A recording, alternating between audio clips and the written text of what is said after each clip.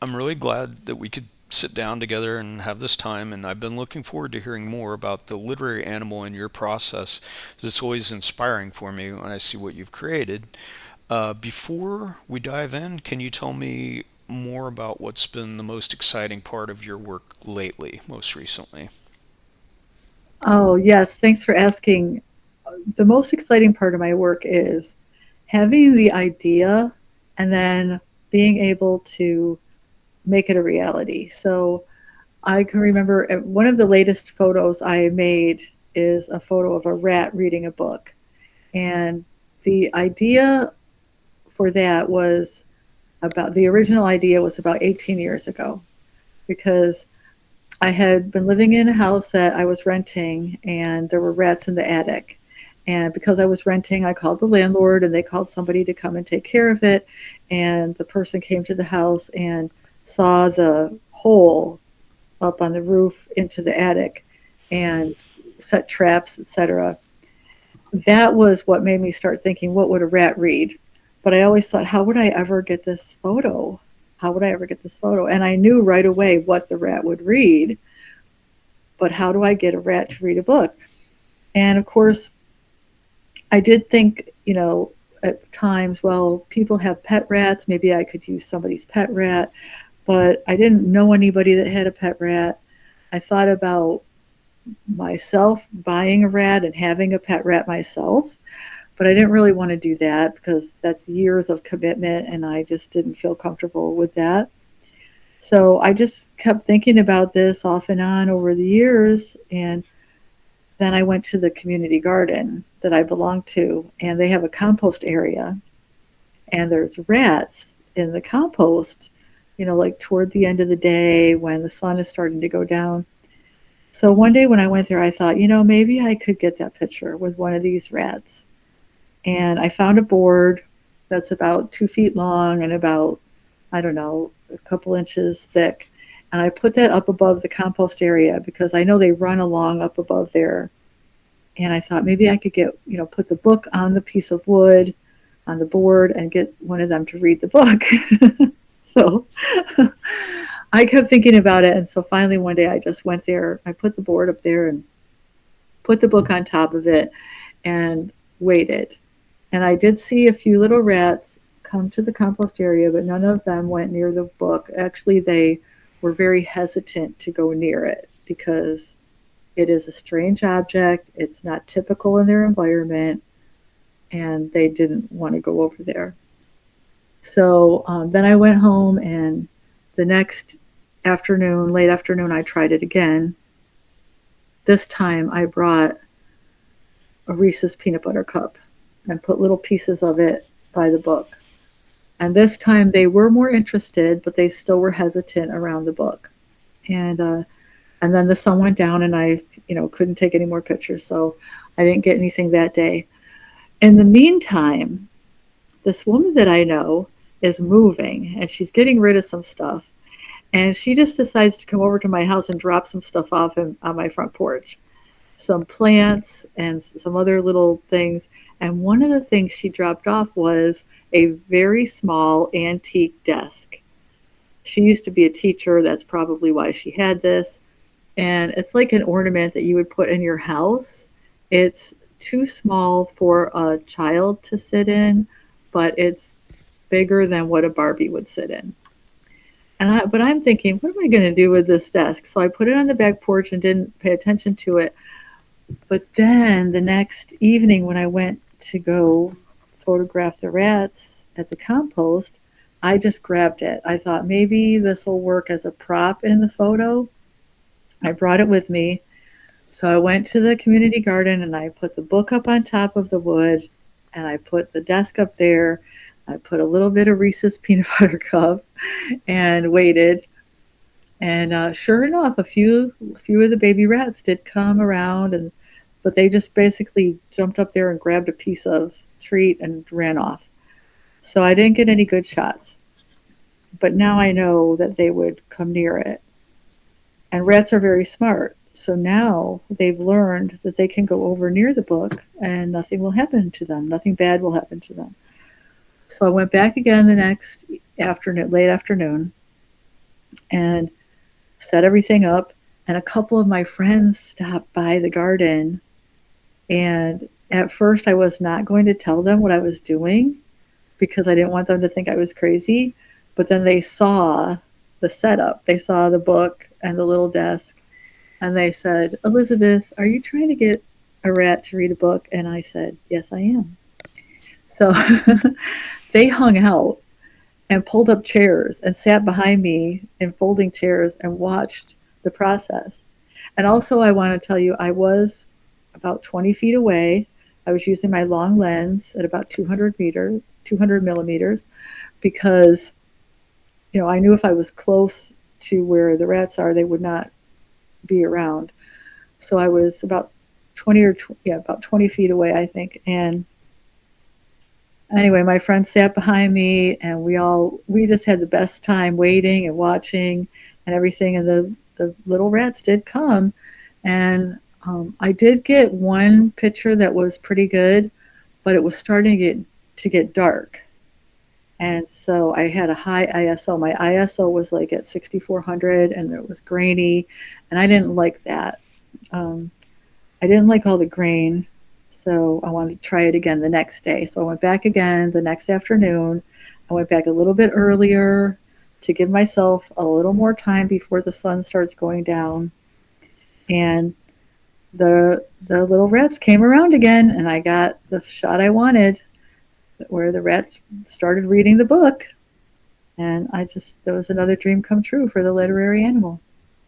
Can you run down your equipment? What kind of camera body you have, and what types of lenses, and just what do you use in your craft to make these? So the camera that I have is a Canon. I like Canon the best over the other brands, and I've been using this same camera for very many years. This is my first digital camera that I bought. It was probably, I don't know how many years ago now, but it's a Canon 5D Mark II, and it's a full frame camera, which I wanted because I had always shot film before, and film is 35 millimeter, and that's what I was used to. So I wanted a full frame digital camera because that size sensor is what I'm so used to. So that's my main camera. And then I have a zoom lens that I use. I think it was actually the kit lens that came with the camera, 35 to 70 zoom lens. But then later, I wanted a longer lens so I could shoot animals further away. And so I bought a 70 to 300 lens. And that's what I was using for the rat photo because I couldn't be close by. So to be further away, I needed to have a better zoom. Anything else? What about tripod? Did you use a tripod? I did not use a tripod, and this is why. When I was in college studying photography, I always remember one of the questions on a test that we had was, "When do you use a tripod?" Or no, something about the use of the tripod, and one of the multiple choice answers was because it's always convenient. No, it's a tripod is never really convenient or easy or anything like that. You just have to use it sometimes when you want your camera to be still. In this case, photographing the rat, I did not use a tripod because I did not know where the rat was going to be exactly. So I wanted to be able to move quickly and change my position if I needed to. So that's the reason I didn't use a tripod. Otherwise, I would have liked to. Then I wouldn't have to hold on to it. Yeah, that's a good answer. I was curious about that. Have you ever looked at monopods before? Yes, a friend of mine uses a monopod all the time for her wildlife photos. I've never used one myself. Again, I just feel like it would, in my work, I feel like it might, what's the word, it might just get in my way. Yeah, I feel like you really don't.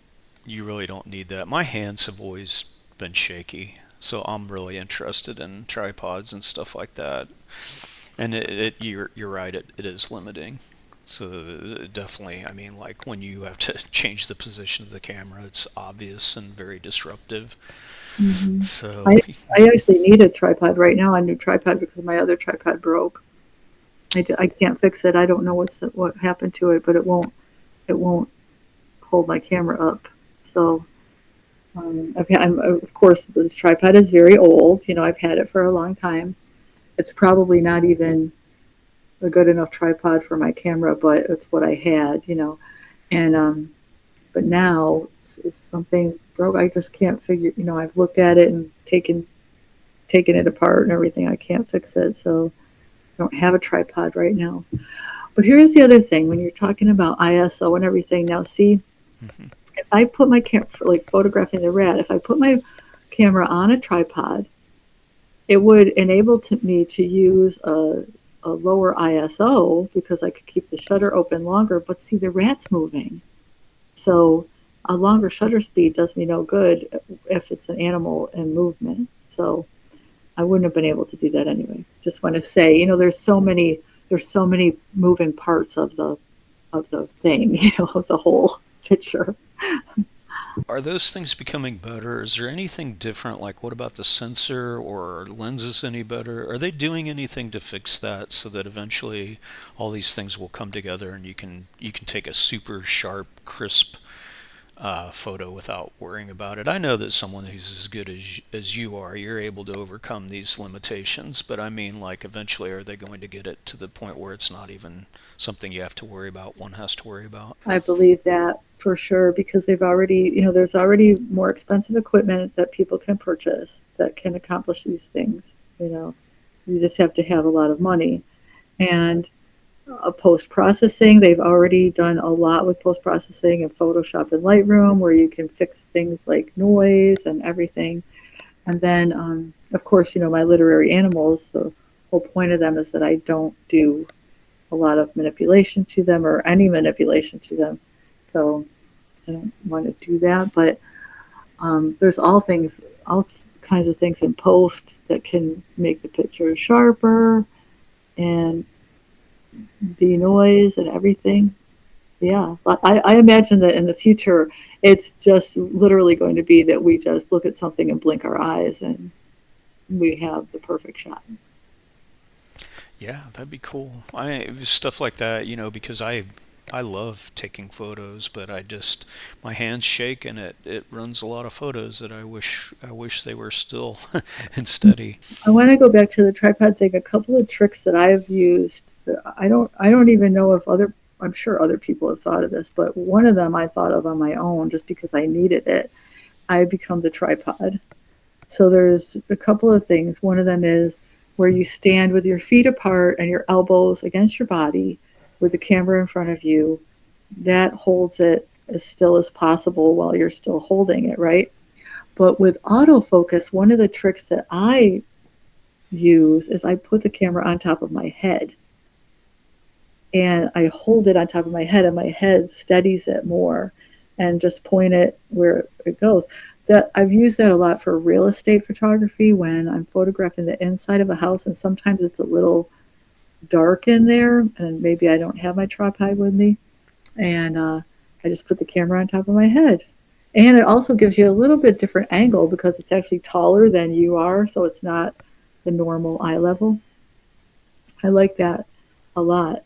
The the putting the camera on top of my head, and then of course, just setting it on top of a table or something that's nearby to hold it steady. That's like a